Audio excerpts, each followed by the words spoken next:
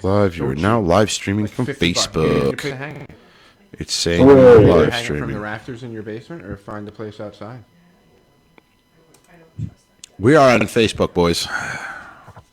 Facebook. According to Hi, Facebook. According to this, it says we are on Facebook. Oh, barking. Your dog. Boom, boom, boom, boom. Just trying to get set up here, and then we'll get moving.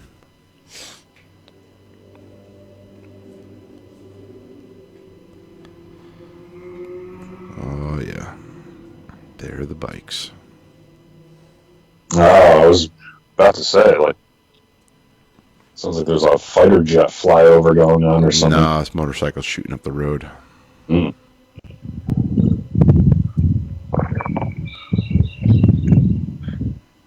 My fire just does not want to stay lit. Trying to get set up here, and then we'll get moving. Split the shit out of these logs, too. They should be burning. All right. We're up. We're up on Facebook. Love lift us up. Hello, Facebook. Hello, Facebook. Right. Hello, Facebook. Let's see here. Let's go wave pad. Start that. Mama says alligators so ornery because they got all them teeth and no toothbrush. All right. Shut that down. Shut that down. Shut that down. Come on. Cancel. Do that. All right. I think we're up and running. Splendid. Is my face frozen, or is that just a... Botox, man. Botox. All right. Hey, we're closed caption, too. That's pretty freaking cool. Closed caption for the hearing impaired. Ken is frozen. You can hear me? I can hear you. Caption, that's new. Captions are auto. Maybe I'll unfreeze. Unfreeze. All right. Here, I'll shut the video off and then turn it back on.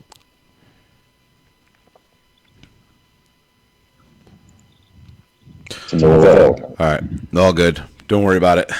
You look good, Ken. You look All like right. you're calling from Augusta. Yeah, All pack going. Freezy, mid the link or something. All right, ready, boys? Yes, sir. Yeah. 5, 4, 3, 2. Hello and welcome to the Freemasons podcast with your hosts, Right Worship Brother George Mudry. Worshipful Brother Joe. And we are up here tonight, episode 124, Subduing the Passions. We're going to talk about it. We're each going to have a different, I guess, what we consider a passion that should be subdued by Freemasons. I can't wait to hear about yours. But first, we have a couple things we need to do. All right. One. Oh, we got to charge cannons. My cannon is charged. Hold, please. My cannon is charged. Charged and line, baby. Cannons right. charged and aligned. But we have some likes first. Let's go through them. People like us. They Anthony really Hawkins, Derek Harris, Andrew Ward, Alexis Ramon Para Hernandez, Perry Harris Sr., and Braden Crow. Very cool. Very cool. We actually got a recommendation, too. Wow. Forgot about that. We'll cover that in a minute. But, brethren, right hand arms. Arms. Ready. Ready. Aim. Aim. Fire. Good fire. Fire all. Together, brothers.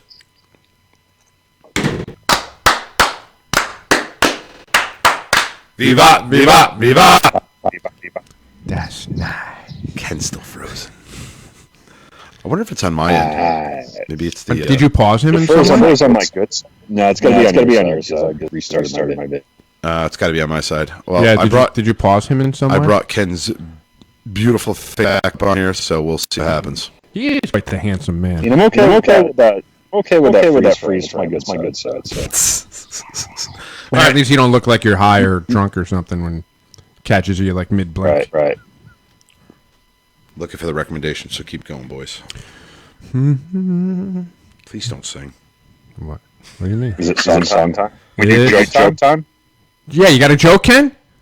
Oh boy. Joke time with Worshipful Brother Ken. There might be a new segment if you can nail this right now.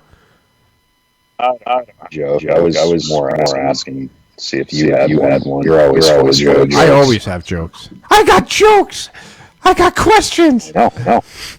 So one of my favorite jokes, and I've probably said, I may have told this before, but I'm actually looking at a bottle across the table at me right now that reminds me of a funny joke. Baby seal walks into a bar. Bartender says, "Hey, what will you have?" Seal says, "Anything but a Canadian club on the rocks." Jesus. Oh my God. You like that one, Ken? You like that one?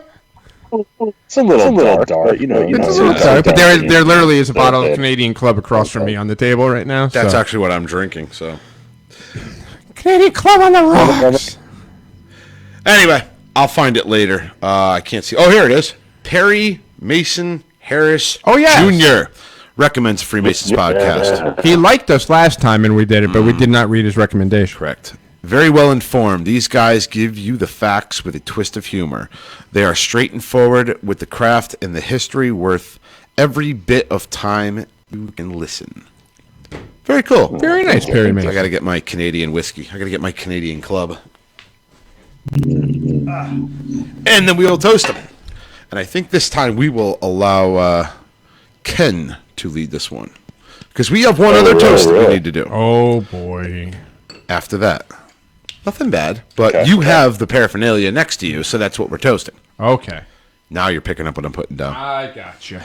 All right. So, to Brother Perry Mason Davis?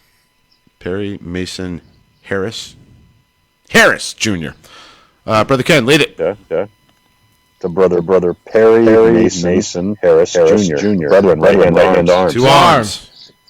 Ready. Aim. Fire all. Together, brothers.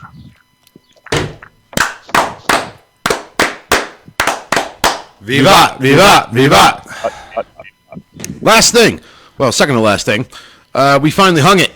The Aussie flag is up there in the corner. It's nice. Best place we can put it for now. They said you was hung. They was right. Blazing Saddles reference for anybody. Great movie. Hey, it covers up the missing wood panel too. Yeah. Yeah. That's partly the reason why I hung it there for now. But, Aussie. I wanted to hang it, and I didn't want to wait to rearrange the wall, so I just wanted to hang it up there. So it's up there, so everyone can see. And as soon as Ken decides to come out of lockdown and join us here, you'll be able to see more of the British flag. We're going to kidnap him. I think I'm telling you, burlap sack him.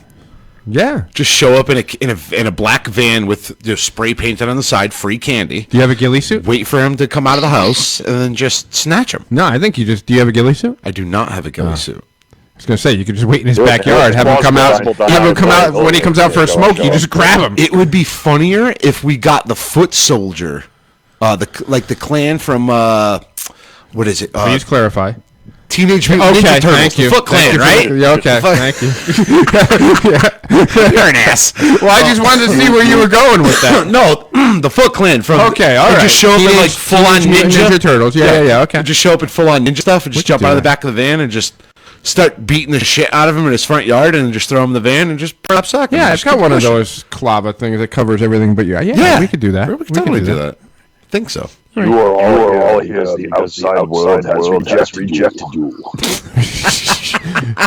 That was from the first movie. So I'm just saying, second one. Ken, if you were to go outside on Sunday at about 2:00 in your front yard, just saying. I think I might be up there, raking the front yard or front yard. Get a tan. It's supposed to be nice. It'd be funny though, Sunday, because as we're grabbing Ken to bring him in the van to bring him up to the podcast, he's going, "No, please, stop it, stop it." I'm resisting. If I die, tell my wife hello. You're a tall guy, Ken. What do you weigh? Like 200, 210? 225. I could get you up on my shoulder. Yeah, we can do this. If you had to. No, we could do that. Totally, we could do that. Joseph Schultz, maybe we're deaf. Oh, I haven't been looking at the live feed yet. They're saying Ken is in his robot voice. Oh, Ken has an echo. All right. And I think they're saying with the subtitles. Yeah. Is there a way to change the language in the subtitles? I don't know, but I will. Because aren't we big in the Philippines, or is it Indonesia? Where are we big? Indonesia, right? Indonesia. Find out what they speak there. We're number one. We're number one in Indonesia. I think as a tribute to them, we should put the subtitles in Indonesian. There's got to be a setting for that. There's got to That be. would be funny. Or at least put the Indonesian flag up there. Absolutely. Oh God. Okay. Good idea, Ken. I'll order one on eBay later. Yeah, we're number one in Indonesia. Okay. We're like the David Hasselhoff of podcasts in Indonesia. Yeah, baby. Don't hassle the Hoff. Sam, we can't hear Ken. I'm all right with that title. So, a quick question as far as the subtitles. If you misspeak a word, will it automatically correct it? Actually, I just swore a minute ago, and it gave question marks. Oh, okay. So they're like, hey, Nice, even I don't nice. even know what the frig he's saying. Captions are auto-generated. It says. Yeah, How does the computer know what the hell I was talking about? Facebook just I was like, I'm waiting for Sucker to be like, "Fuck you, I'm doing this." Let's see if it captures Zuckerberg properly. taking over. Zuckerberg. Okay, it's a little bit of a delay. Yeah, that's all right. Anyway, all right. So Joe, you have another package over there, and it's from Oh, I got a package. Let me Brothers. Oh, you mean the parcel? yes, and it came from Brother Scott Walter, and I wanted you to open it because I wanted you to read what it was, what he wrapped it in. Wow. So he's got the new faces of the Vikings. It's a newspaper. It's a article. newspaper sports section from the new faces of the Minnesota Vikings. The Vikings entered the weekend with a lot of holes to fill, just like George, of their roster and claimed 15 new players, their largest draft class since 1985. I thought it was pretty funny though that he wrapped it in a newspaper and he made sure The new that faces the of the new Vikings. faces of the Vikings was right on the. Thanks, brother. That's Brother funny. Scott. But why don't you open up the rest of it while All you're right. sitting there?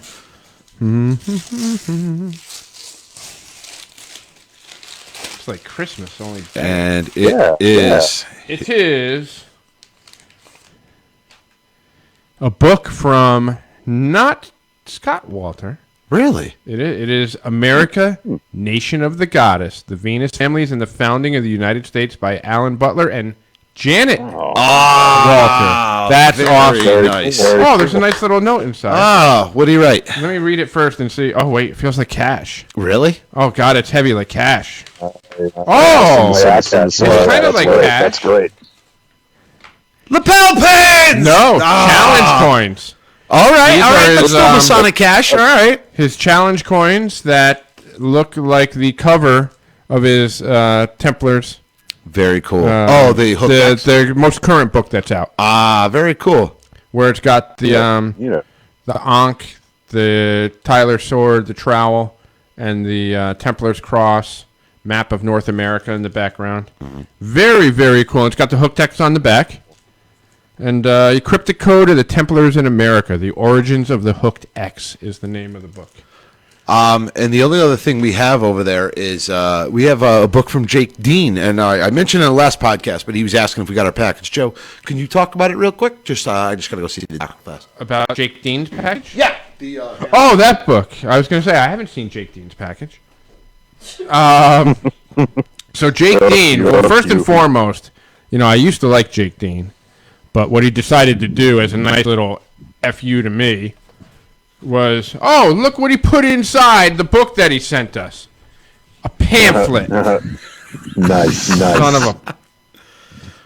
And then he had, I don't know if it was on purpose or not, but it's marked to a book called, or to a chapter or section called The Holy Grail. So perhaps he thinks pamphlets are the Holy Grail of Masonry. We can have that debate on another day. But it's actually a really cool book, The Secret Teachings of All Ages by Manly P. Hall.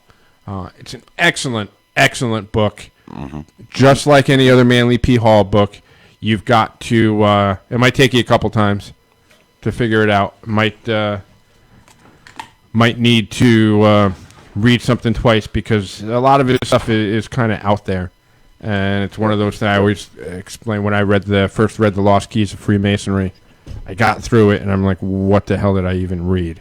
I put it down for like 3 or 4 years, went back to it, and I'm like, oh, okay, now it makes sense. But really cool stuff here. Thank you to Brother Jake Dean and worshipful brother Walter. worshipful brother Joe Schultz. Does it have pictures for George? It does have pictures. Nice, very nice. Right next to the pamphlet, there's some pretty nice illustrations in there. All right, what do you say? We get into our topic now? Let's get into our topic. Topic of the night, subduing the passions. Running with the night. So we don't have a guest. I think we got one Sunday, but I'll have to verify with Rafferty. Rafferty's been like, I don't know, on hiatus, just kind of. We don't give vacations on our staff. We don't give vacations. Yeah, we don't. There's no. I already talked to HR about that. All rejected. But I just want to say that, earlier today I had a great conversation with Brother Mike Hambrecht. I talked to him earlier today. We haven't heard from him in a while. So I talked to him, I want to say a couple days ago, and I had to cut the phone call short because I had to proceed getting on the phone and or driving home and beating the shit out of my kid because he was being Metaphorically. We don't need DCF on your ass. Right. But Rafferty sent me the middle finger because I said he's on vacation. So I talked to him today, and we had a great conversation, and we were just, I don't want to get into the specifics of it, but we had a great conversation, and we talked about military. When me and him talk, we talk just in general about stuff. But one of the things that I kind of drew from our conversation was talking about subduing I'll get into what I believe is a passion that needs to be subdued by Freemasons. But it made me come up in my head with this topic of subduing the passions. Was he mad about a bit that I did again? No, okay, I don't. It was never brought up, but it wasn't about you. No, it wasn't about you. Well, shame on him. Which brings me, and I guess I'll lead this off with subduing the passions of the passion that I believe that Masons need to subdue is ego. Bingo. Ego. I'm going to read Rafferty's later, but I'll just keep going with this. The ego is the number one passion, in my opinion, that needs to be subdued by Masons. Here's why. So there are alpha males, and there are, what's the second one? Betas? Betas. You got your omegas at the bottom. Omegas are at the bottom, but your alpha males are typically, and I guess I would say at least a third of men are, I would say alphas roughly. Yeah, that type A personality. Type A personality. Yep. And this is one passion that I need to work on. Truth be told, is subduing your passions of my ego. Not that I have a big ego, but it can get out of hand. See, and I have a different spin on that for you, but I'll let you finish. One of the things that it's very difficult for a man just in general to subdue the ego, especially in a Masonic setting when everybody wants to be the best. Perfect example is when you become the master of a lodge or a district deputy or a Grand Lodge officer or even any of the appending bodies, you get to that position of power. Again, we've talked about it before. Power corrupts. Absolute power corrupts absolutely. Mm-hmm. And to be able to reel that in is a very, very tough thing to do when you get to that stage of having that power. And I guess we were talking back and forth just about Masons who get upset about how an election goes. For as a perfect example of subduing the passions, how many times have you seen a Mason or any man or any this even goes outside of Freemasonry with the ego. How many people have gotten to a position where they were supposed to get to a higher position? Yeah, it could be a promotion at work. Yeah. And then you didn't get it, and your natural reaction is to just flip your shit or completely break your character. Yeah. Whereas you embarrass yourself. Absolutely. And I even look at it from even a history standpoint. I mean, perfect example to me would be General Lee. Yeah. It's a good example.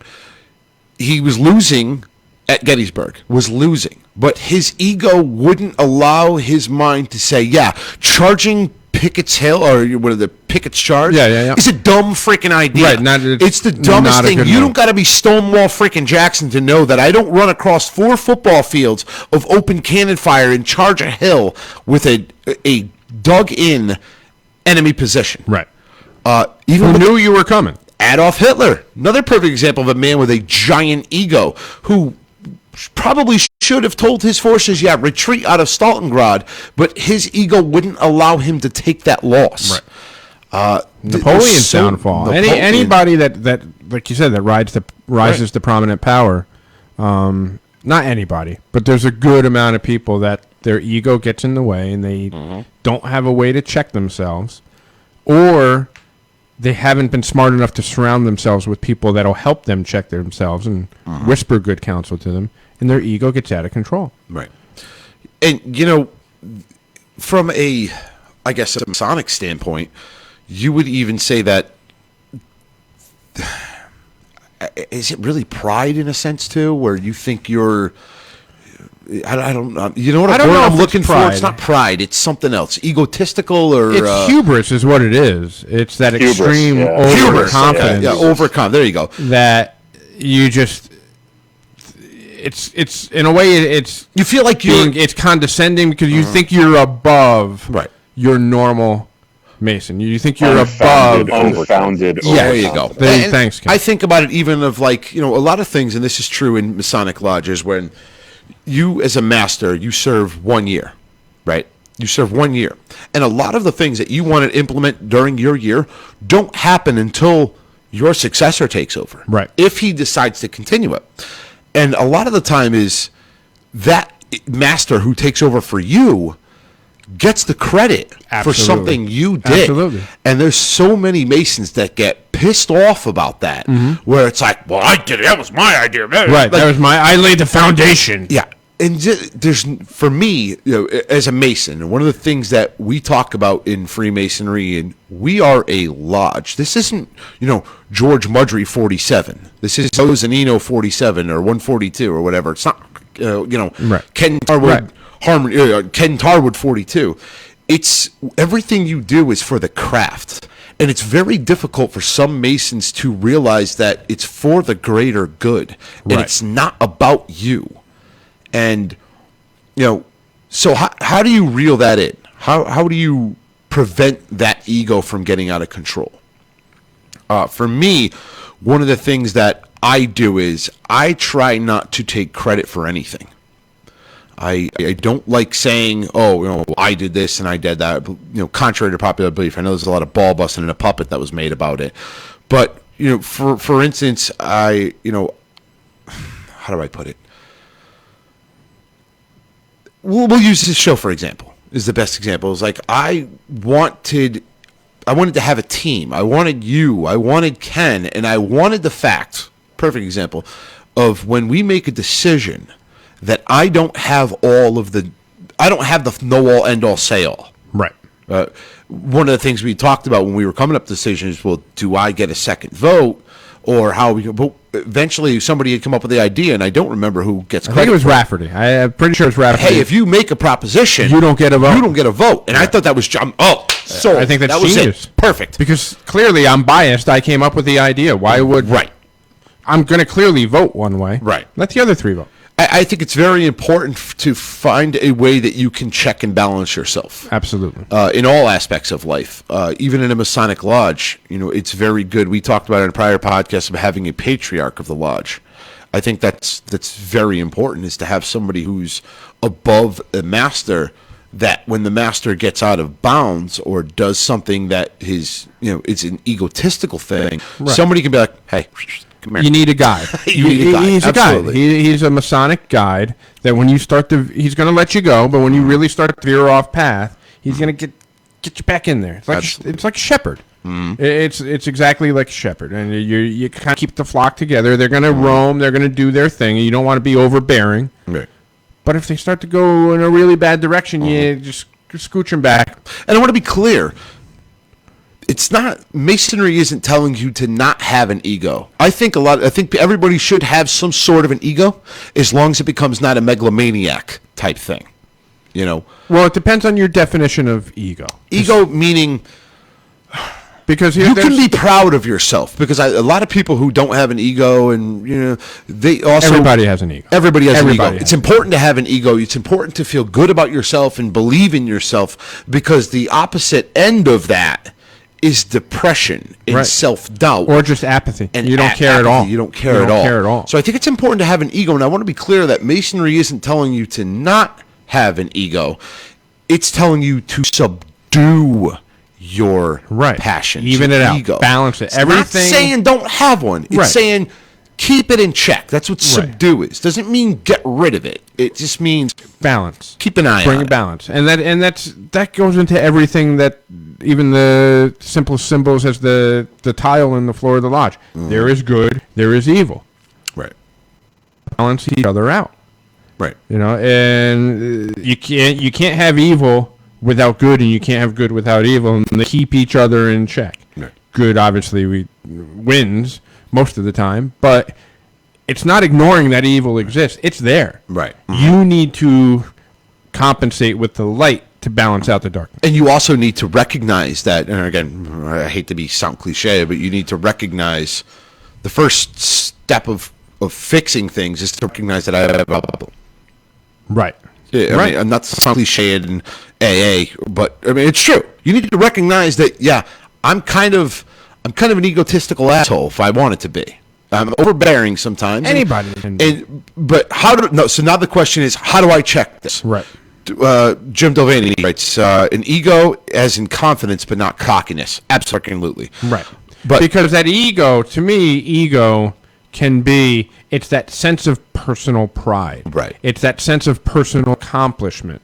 It's what drives you to do better. Right. It's what drives you to become better. And unless you can appreciate the small wins on the way of that journey and celebrate them a little bit. Right. Not saying you have to throw yourself a freaking parade, but acknowledging the fact that you did something that benefited the lodge and the craft as a whole is not a bad thing. Right. My simple rule is, and I'll let you continue. I didn't mean to interrupt you. No, you're fine. Keep going. You had me intrigued. Here's the way that I keep myself in check with ego. One, the first thing I try to do is I remember the lecture from the degree where they tell you, even the purple may bless your apron one day, but you can never obtain a higher degree than that of Master Mason. Right. So that keeps you in check.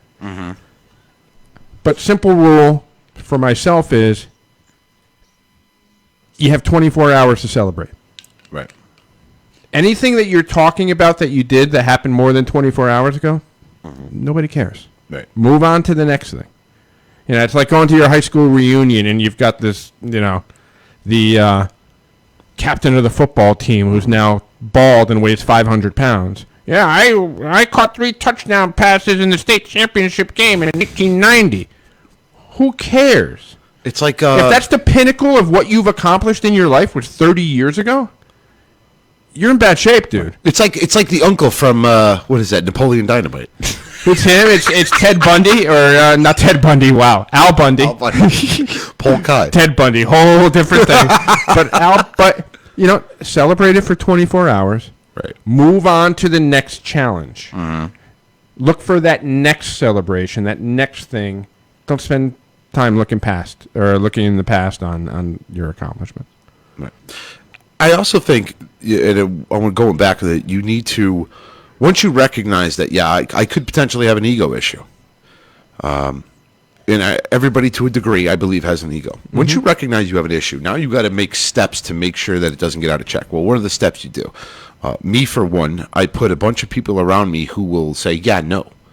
And then if, by some chance I am able to overrule them or overbear them, I have Rafferty who will just straight up beat the shit out of me. Well, I just love sending you. I had like a great. I just love sending you Elsa memes saying "Let it go." Yes, that's what I do, because I know for a split second it infuriates you, but then you're like, "Yeah, okay. Damn, he's right." He's right. Yeah, it's simple At things. least once a week. Come on, once a weekend? Seriously, once a week? You really think it's that much? That's the average. Yeah. I'll go 3 times a month. How about that, Ken? That's a little less than once a week. But no, It's like one every 10 days. in all seriousness, another thing is you need to be able to laugh at yourself and not take yourself so serious. Yes. I truly believe that I actually enjoy laughing at myself, and I know there's other people that you'd pick on and make fun of or whatever, and they will get upset about it. Like, I see the faults in myself, and it's at a point where I can actually laugh about my faults. I know I can't read for shit. I know that I have an ego, so when you guys make fun of me with a freaking puppet, it's okay. Like, these things don't bother me. But it also keeps you in check, though. By making fun of you with the puppet keeps you from getting too far out of control, because the puppet's just going to ramp it up. Right. So you're like, okay, let me tone it down. But I'm going to let you finish, but I don't really think you have an ego, but go ahead. I don't think you have an out of control ego. I have an ego, but I have learned to keep it in check, I believe. One of the things that, in my head, everybody's got their own vision in their head, right? When I became district deputy, I thought there was going to be this grandioso, my lodge was going to accept me, and, all of the United Grand Lodge of England was going to come over and have a big parade for me and everything. Yeah. And, that's just, something that pops in your head is like, yeah, I'm the man now, But they're in, what a lot of district deputies, at least here in the state of Connecticut, when you get a district deputy, your lodge throws like a reception for you. Yep. I didn't have that. And, I did it bother me at first? Yes. But one thing you need to do is you need to reflect on things. And I reflected, and I realized that at this point in Morningstar Lodge, I was the most senior guy. All the old guys had gone away. So these young guys who came in underneath me probably had no idea that's what they were supposed to do. No idea. Mm-hmm. So now you run into this problem of, do I inform them of it, or do I just let it go? Informing them of it would have been my ego. I'm the district deputy now. You guys need to have a formal reception for me. So I went with let it go, because it doesn't matter. See, and I think you can strike a balance there. I think you could let it go for your year, but then the next guy that comes in through your lodge, you make it a point to inform them and educate them, and somebody, hey, we didn't do this for you.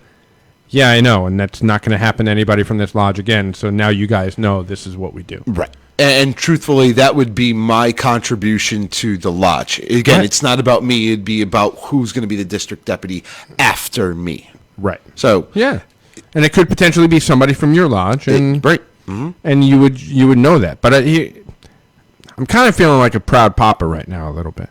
Why? Because what do I always preach to you? Elsa memes aside. Don't take everything personally, man. Not everything's about you. Not everything's a personal attack on you. It's not directed at you. I've been preaching that to you for over a year now. Uh-huh. And I think that's another way to keep your ego in check. It's not personal. And to hear you say that makes me really happy. And realistically, I do take a lot of advice from you, even Ken as well. Ken is he's very talks in a worship brother Ken. I'm giving you a little bit of cred here. He talks. I'm ready. He talks in a way that he makes you realize that it's not that serious. Both of you do.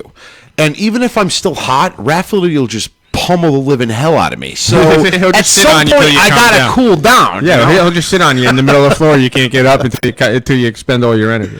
So I think that pretty much covers ego. So I'm gonna toss it up to let's do Brother Ken. What do you have that you believe is a passion that Masons need to subdue? Based on what I've seen over the last, 10 or so years in masonry, I would say anger is number one. Very nicely done. Right. right? I don't have a huge temper. I don't have a huge temper. Brothers that do, and it's okay that do, and it's okay to get fired up. Like it's okay to get fired up when you need to. But you're also a lot. You're also a representative. You're also a representative of the fraternity when you're out there in the world. Right, so if you're in the world. So if you're getting angry with very conversation on free chat Discord recently about Discord recently about Sonic emblems on your car, Sonic emblems on your car, or if you're wearing Sonic hats or something, Sonic hats or something, office environment, an office environment, stickers or something on your stickers or something in your office on square compasses. Everybody's looking to you. Everybody's for their idea of what the fraternity is about. You really have a temper. You really got to have a temper. You really got to work really hard. I'm not saying subdue it entirely. Subdue it entirely. Quietly, it'll just illness. Quietly wants that illness. Nobody wants that. Get it out in private. Get it out in private in front of other people, not in front of you are a representative. Because you are a representative. That's huge. That's huge. Yeah, I couldn't agree more. Definitely. I mean, you guys, I don't know what I'm going to say when you guys come back to me, because I think you picked the two biggest ones with ego and anger. And, I can remember three specific times in the last 10 years down in my mother lodge where I lost it on my brothers. I lost it on them. And I look back, and I'm embarrassed by it. If worshipful brother John Gates is listening, he knows about. Oh, no, that's Jason Godot. I looked quick, thought it said John Gates. John Gates was there for, I think, two of the three. Maybe it's his. Was one of them during a chili? No, I didn't lose it till after that one. That one I kept in. I learned my lesson by then. But one was over a building corp issue. And I wanted a report from the building corp for my annual report in my interim year as master. And the building corp president calls me the night before and says, I just read the bylaws and I don't have to give you any of this information. Oof. And I remember, and I was driving back from New Hampshire that night. And I'm in Hartford. Do not leave that, because there was a building corp meeting at the lodge that night. I said, do not leave that lodge. I will be there in 20 minutes. Sure as crap, I made from Hartford to Easton in 20 minutes. That's how fired up I was, which is not a safe thing to do. Grand Lodge has a different opinion on that too, by the way. Exactly. Not building corporations after reports. Exactly. But I showed up at that, and worshipful brother Charlie Everlith, great brother, love him to death. I ripped into him in front of 3 or 4 other Masons like you read about. And he tried to say, hey, calm down, blah, blah, blah, let's talk through this. And I just ripped into him because I was so frustrated. And it was my interim year, which those of you that know the story, it was a stressful year.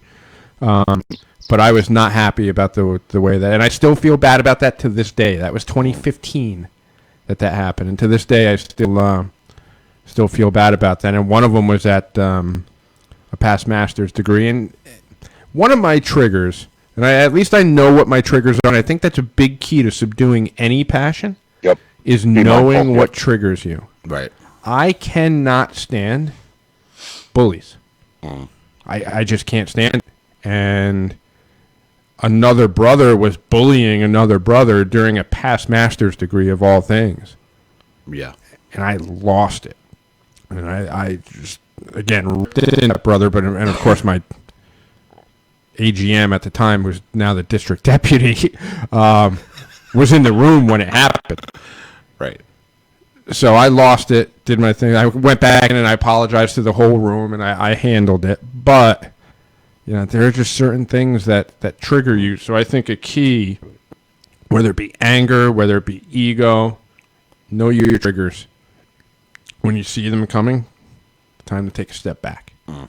Yeah, and none of us are perfect, right? So if we do screw up, apologize for it and learn from it. And that's the thing. That's the key. Be a gentleman. You spoke before when you were talking about ego, and I equated it to not getting a promotion at work. Not only are you looking at that person that you promoted, because you're pretty confident you made a good decision, but you're also looking at the other people that didn't get the promotion and how they handle that and how they go about their business after getting that turned down, and that speaks a lot about a person. And people that handle it well usually end up getting that next promotion because they know what they didn't do, they know what they need to work on, And they didn't like bang out sick the next day because they were all pissed off that they didn't get the job. You know, so there's the way that you handle when you make mistakes, the way that you handle when you get bad news reflects on you as a person and especially as a Mason. Worshipful Brother Ken, nobody's perfect. We probably all have a handful of moments we can point back to where we are not happy. You know, you talk about anger. Farm degree a couple years ago, I had 2 members of my lodge that are police officers pull me aside and sit me down and tell me to calm down. I'm like, what are you talking about? They're like, we're the quote-unquote worshipful master, Mark Zuccarello. Like, this is what I do for a living. I'm a trained observer. You're about to pop. You need to go over. You're getting a timeout. Before you actually pop, you're getting a timeout. So he's an officer down in Greenwich, and the other brother of our lodge is captain of police in Greenwich.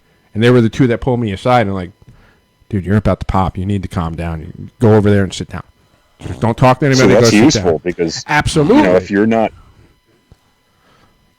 Go ahead, worship brother. Oh, sorry. So, I mean, if you're not able to be mindful of your situation and maybe you're going over the tipping point, it always pays to have good brothers around you who can identify that and let you know and talk you down off that ledge before you go over it. And I think that is the key to one of the things that we do as a fraternity that will teach you those lessons. You surround yourself with the right people that aren't afraid to pull you aside and whisper good counsel to you. It makes you a better person. We talk about making good men better and how you do that. Having somebody that's not afraid to pull you aside as a grown man, and not necessarily chastise you, but say, hey, look, you need to subdue your passions. You need to remind yourself of your obligations, and this is what you're doing. It's humbling. It's humbling, especially if it's somebody that you genuinely respect, and you're like, wow, yeah, I am being an a-hole. If the situation were turned, they would do the same for you, or you would do the same for them. So that's what the fraternity is about. So, Joe. Yes. Do you have another one? I know it's a hard one to... So we covered anger. We covered anger and ego. We covered ego. If you don't have one, I have one. So. Well, it kind of goes with ego a little bit, but it's slightly different. Mm-hmm. Envy. One of the 7 deadly sins. Okay. Mm-hmm. It's kind of a stepchild to ego because it's one of those things where, again, it goes back to my 2 rules, which I'll remind everybody. Don't be an a-hole, number 1. Number 2, mind your business. Great. There spoketh the Lord. If somebody is doing well in Masonry, the worst thing that I hate, one of the things that I hate is somebody bitching about somebody getting a position or a job that they didn't go for. Ding, ding, ding, ding, ding, ding. Tell him what he's won. It's like, how could they elect him master? Did you throw your name in? Well, no, I don't want to do that. Then shut up. Like, stop. And like people will, I want to just say, hate on people just because they're in a certain position. Not that they've done anything wrong with them; they're jealous. And I just want to say, this isn't just for Masons. This is is in life. Absolutely.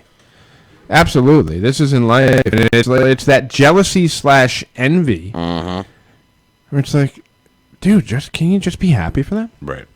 Support them, and I don't know, people. Sometimes people really suck. They really do. But the good thing about fraternity is we can reel you back in most of the time. We can all suck together. And we will all suck together. So I have another one. And this one might not be one you guys have thought about. And the thing that I think of in my head when I say this word is definitely from, what is it, The Devil's Advocate? Vanity. Oh, yeah. My favorite sin. Yep. Vanity. And I'll give you a perfect example. We have things in Freemasonry that, me personally, I love the rich history of Freemasonry, right? So when somebody gives you something, and I've seen this happen before, that's very, very, very old, and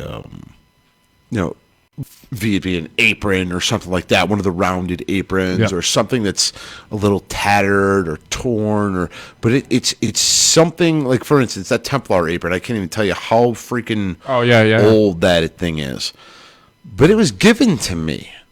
And sure, I can go on J.P. Luther and buy a brand new one, but it doesn't hold the same gravity as something old.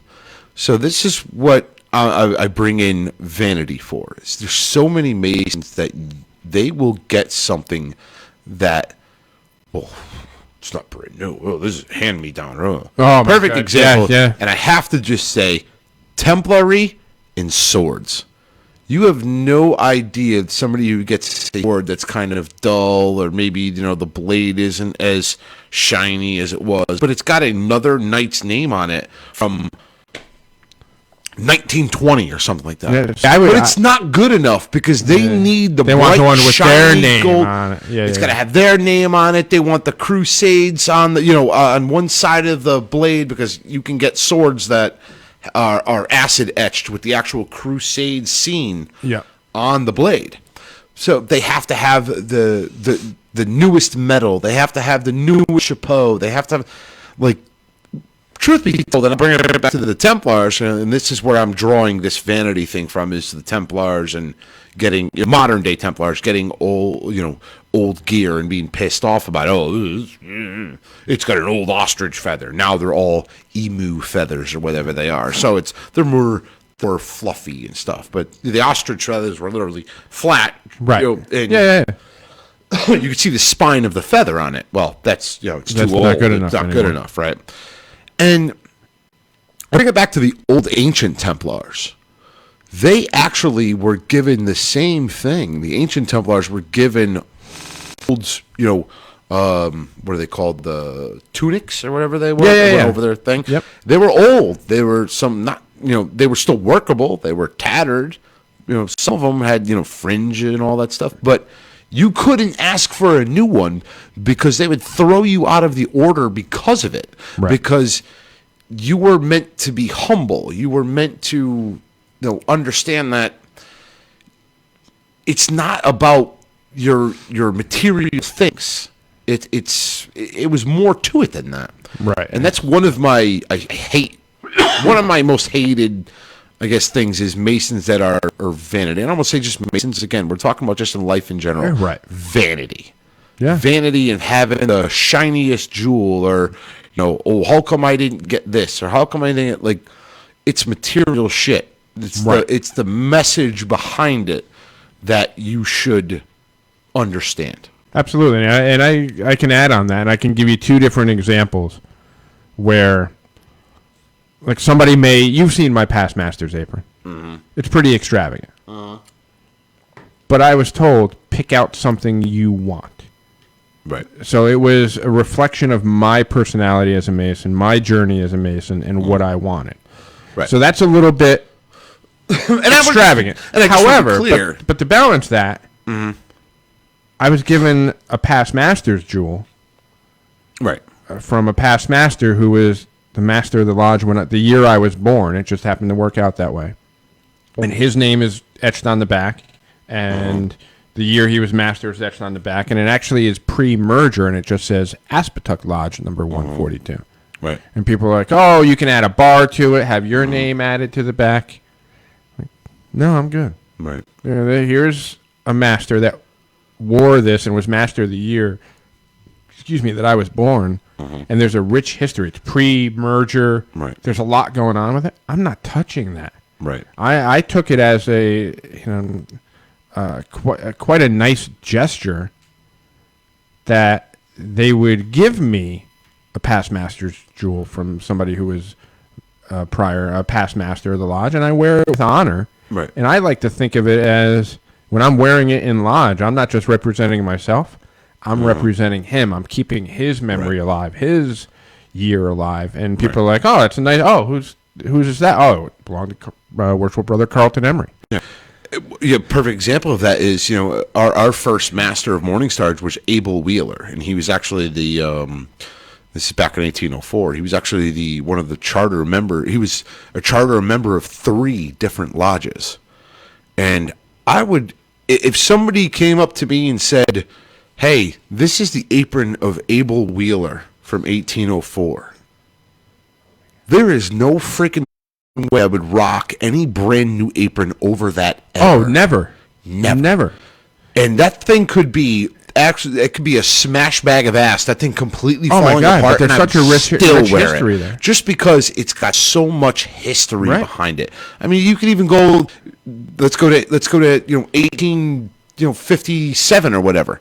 Or whatever, I don't know what year it is, but George Glendering was the Mason who brought Star Lodge. He resurrected their charter and brought him from Oxford to Seymour. If I had his apron, I would rock that thing every single day too. And that's from 1851 or whatever it is. Hell yeah, I'd wear that. You're honoring the tradition. By doing that, you're recognizing that the craft and the lodge and the craft are bigger than any one person. And you're keeping that tradition alive. History is something revered by Masons, and it's something that we should, I think, treasure. I mean, I've got a Templar sword that was given to me. It was handed down to me from my neighbor. And it's got another knight's name on it. And that knight, he was knighted in 1918, I believe. And it's engraved on the side of the blade, and I did some research on him. He was like a professor and a chair for one of the departments in Yale University. Oh, wow. And was a knight. And I'm proud to use that sword. I'm not going to go get another sword. I'm not going to, scrape or, acid remove the etching from it and put my own name on it. That's a piece of history that I now have. That's my sword. And I think it's very important, we talk about vanity, and I know we're talking about like there's nothing wrong with having something brand new that you want your own. But the thing with that is if I become Grand Commander and I got my own sword, I wouldn't keep it. No, you pass it on. I would pass it on to the next guy. Yeah. And the next guy. Make a new tradition. And now you're making new history. Right. I don't need that shiny sword. I don't need my name scribed in the side of it. But I would love to get a sword. If God willing, I become a right eminent Grand Commander of the state of Connecticut within 5 or 6 years. I would love to have a sword made. Not my name, but just have Grand Commander on it. And pass it on to my successor. Absolutely. Or something along those lines. Or, without a doubt. Or, one of the coolest stories I ever heard was from New Haven Commandery and St. John's Commandery in Pennsylvania. And when they were doing the triannual things, that they were passing swords back and forth to one another because they would stop through and actually they'd come to a meeting at either commandery. And it became a tradition of where, we'd show up, here's your sword. They'd show up, here's your sword. And it would go back and forth. Right. And I think that's very important to just make your own history. Because you know what? When you're in that freaking pine box, 6 feet in the ground, it ain't going to matter how shiny your sword is or how shiny your jewels are, your aprons or whatever. It doesn't matter. No, vanity would be my number 2. Yeah, I've even said to my daughter, like with my aprons and anything that I have that's Masonic, I'm like, if you want to keep it and hold on to it as a memento, by all means, do so. But if you ever come to the point where you don't want it anymore, take it back to the lodge. So I have a thought. 2 things. When I die, I want 2 things to happen. 1, if I'm cremated, fill me full of popcorn kernels. So when they stick me in the oven, I just start popping. I'll shove them right up your... Number 2 is if you're not going to cremate me, I want to be taxidermied in the Captain Morgan stance so nobody could put pants on me. I'll give you some. I think it's a great idea. I'm just saying. Too. With a smile on my face, cigar in my mouth. You can even do the bird on my shoulder. I don't care, but I'm going to be bare ass with no pants on. With an apron or without an apron? I'll leave that up to you. All right. I leave you, Ken, and Raph in tender loving care in charge of it. No, but I will say, speaking of... the puppet's going with you, too. Yeah, the puppet's going with you, absolutely. The puppet's going to be on his shoulder instead of the parrot. Yes, I'll do it. That's fun. No, but... Okay, but if you're going to do that, though, you need to record yourself on a voice box, okay? That has, I don't know, some solar power and everything. And every once in a while I'll go, let me out! In the Puppet George voice. We could do that. We can arrange that. They make those Christmas ornaments that you could record your voice. Right? It'll be like that. You go up and press, let me out of here! I'm stuck! Get me away from this son of a bitch! But I will say this for those listening, and me being the old man of the group here, we figured out. Oh, I got a funny thing to bring up that we figured out last night as far as Worshipful Brother Ken. All right. But I'll probably be the first to go, and I've given very explicit instructions. I'm to be cremated, and before I'm cremated, they're going to take off my right leg from the shin down. Because I have about $10,000 worth of titanium in my leg. From when I broke it. So you're going to be recycled like a catalytic converter. Well, no, I have given explicit instructions that titanium is to be melted down into 10 coins. Okay. And the first 10 people that show up at my funeral get the coin. They're going to get a Joe Zanino challenge coin? You're going to get a Joe Zanino challenge coin made from the titanium that's in my body right now. So if there's $10,000 worth of titanium, $10,000 worth of titanium, can you dye metal? If you can dye metal, dye make them ginger. Make them red. How about like an orangish color? But there's going to be 10 coins. It'll be worth $1,000 each because there's $10,000 in titanium. Make 10 coins, and first 10 people to show up, boom. Okay, all right. I'm getting my coin. Take a piece of me home with you. You might get clipped in the parking lot on I'm just saying. I'm going to camp out in the parking lot the night before. We're going to hand out bracelets. You got to show up the day before and get a bracelet. It's like outside with the small little 2-person tent. It's like Black Friday. It'll be like Black Friday. 100%. But it'll be worth it. You'll get a coin potentially worth $1,000. Limited edition to 10. Challenge coins and lapel pins. I think you should go with lapel pins. Either or. That's a hefty lapel pin. No, I want you to carry me around in your pocket so you can jingle it every once in a while. But can I go totally off topic? Yeah, absolutely. You can go wherever you want. We determined that based on general information from the internet and Wikipedia. Rafferty's taking shots at you. He said, hope it doesn't take as long to get those as it did the lapel pins. Hey, man, not for nothing, Raph. Holy shit. I got the lapel pins relatively quickly, considering everything that was going on, and they're in hand. And I'm not taking a shot at anybody. Yes, he is. But Raph's taking shots, so whatever. He doesn't get a coin even if he's within the 10. That's going right in the everybody. No, don't say that, because then he'll beat my ass and steal mine. Yeah, he'll be like broken down and being ready to make glue out of him by that point, like they do with a whole, like a freaking Clydesdale. I love you too, Raph. I love you too. But what we determined last night, based on general knowledge or general rules and requirements, right? Worshipful Brother Ken, is a millennial. Yes, he is. So am I. Yeah, right on the cusp. So am I. You are too. You 82, baby. Sons of bitches. Gen X, baby. Yep. I guess you're a millennial. It's good for our target demographic, right? It's good for the show. Yeah, we've got 2 of the 3 are millennials. I just don't want to identify with that generation. Just don't call me Boomer. Okay, Boomer. What do you say, brothers? You got anything else? Any other passion you think that needs to be subdued, or you think we've wrapped this up? I think we've done the 3 big ones. We hit some really big ones that usually cause the most disharmony. And most of them, in lodge and in society. And most other things actually fall under these categories. These 3, I'd say at least: vanity, anger, ego. What was the other one you threw up?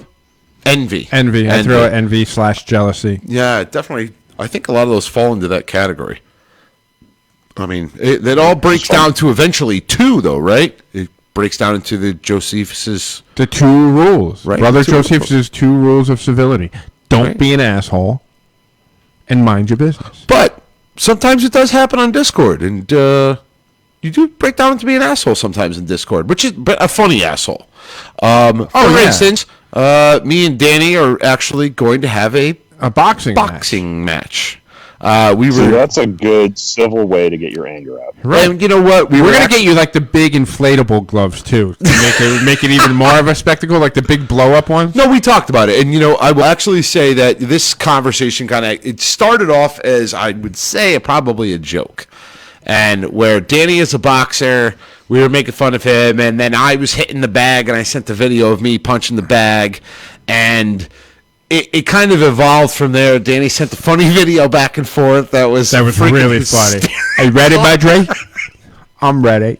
But he said it with the ice cream bar in his mouth. Right. He's chomping on, I believe it was a Dove bar or a Magnum ice cream bar or something. Like that's the equivalent. Dude, I almost fell off the couch laughing. I literally went to go take a sip of my beer. It was hysterical. I had to spit it back into the bottle because I almost freaking died laughing. And then Brother Devaney put it in super slow-mo. That made it sound it made it even funnier. I gotta recognize this. Brother Bill Powell. George, make sure your gloves have American flags on them. It'll piss off Danny. I will do that and the Apollo Creed shorts. You gotta go Apollo. Yeah. And you got to do the top hat. I was going to say, but you could do that one, or you can do the whole entrance from Rocky 1, where he's dressed as Uncle Sam, and he's throwing coins into the ring, and he's dressed as George Washington. George Washington, yep. And that's your favorite Mason. Yes, that's what I want to see. Totally do that. And you can throw candy into the crowd as being Ken and I are pulling you in. So if you want to learn about, you got the wig. If you want to learn about the boxing match between me and Danny. How do you do that, Joe? You'd have to join Patreon for as little as $3 a month. You would get exclusive access to all Patreon content, Discord, which includes not only a chat room, but a free chat, which is audio. We also have a video option now as well. In addition, you will get a gold-toned Freemason podcast, The Pell Pin. Not from Joe's leg. Not from my leg. That'll be real titanium. But for this, you get gold-toned lapel pin. And again, for as little as $3 a month. Pay-per-view special. You gotta go closed circuit TV on that. And here's what I'm gonna throw out. The joke. So I just wanted to say that it started off as a joke. We've actually been talking about maybe doing it for charity and giving it to those of brothers. The money that we raise for charity. If we were to do something like this, and it would be, I want to be clear, this ain't gonna be no Floyd Mayweather Pacquiao fight. This is gonna be headgear, 3 rounds. Oh yeah, whatever. There's no way I'm going. Actually, it was funny, and I'm glad. I think it was Jim Devaney put up a picture of me, and then he put up a picture of Danny, and he said 10 rounds, and Danny goes, 10 rounds? Yes, I did see that. And I'm like, oh, thank God he said it. I didn't want to look like the pansy ass who wouldn't go 10 rounds. But no. I think most amateur bouts are 3, right? Most amateur bouts, Golden Gloves and stuff like that. So. Olympics, I think, are 3. But I've got an idea for a preliminary bout for you. Brother Bill Powell, so if George dresses as George dresses as George, does Danny dress as Queen Liz? Wow. Wow. Only if he wants to be a See You Next Tuesday. What? Please don't do that. But I would just want to say that we would actually, if we were to do this, once this whole pandemic COVID shit is over with, we would raise money for brothers who have been out of work for an extended period of time. Me and Danny had talked about. Well, I want to up the ante on this, and I think if you're going to have that big of a spectacle and we want to give people their money's worth for the money they're going to be donating to charity, you need a preliminary bout. I'd go Rafferty and Rocco. I am challenging. Oh, Brother Jim Rafferty. No, wait. Hear me out. Brother Jim Rafferty. Okay. Challenging him in the big inflatable sumo suits. Okay. All right. Me and Raf, sumo style. Can I make I will give you an opportunity to amend that. Okay. Ken and Rafferty in the big sumo suits. You and Brother John, another chili kickoff. You will lose. You will lose. How about? So I'll take on Brother Gates, but it needs to be like another sumo suit or some kind of big boxing gloves thing. Loser eats the other's chili. All right. Or it gets doused in their chili or something like that. Or we get a dunk tank with chili in it. Something like that. Or maybe you just do like a wrestling match. A little bit like a Jello wrestling, but with chili? That's disgusting. What's wrong with you? What if somebody sharts? We won't know. Oh my god! You'd never know. Right. With that being said, let's shut it down. I will take on all challengers. All right. What do you say? Shut us down. Let's shut it down. For the Freemasons podcast, I am your host, Right Worship Brother George Marjorie, signing off. Worship Brother Joe signing off. And Danny Collins just signed on. Brother Ken signing off. Have a good night, everyone. Danny Collins just popped on. We'll leave the Facebook going for a little bit. I'm going to. Yeah. Good night, everyone. And Good night, we are Chris. done recording, but we are on Facebook. Rafferty's asking for a 4-way sumo. I don't know if that's legal right now. No. Danny I was Collins. going to take a shot at you, but I subdued my passions when you were talking about the that apron that you got. Yeah. That was created. That was from the master. That was the master of the lodge. The year that you were born. You were The talking past about how master's it jewel. was, Yeah. You were saying it was pre-merger and stuff, and I was going to ask you if it was pre-dinosaur extinction, but I kept it together. Wow. You know what? I would want you to take that Didn't wanna shot, make it- though. I like that. I would want you to take I'm that not shot. ageist. Danny Collins says, have another salad, Mudry. Mudry's been very good with actually eating. I've cut down. I've also been hitting the bag.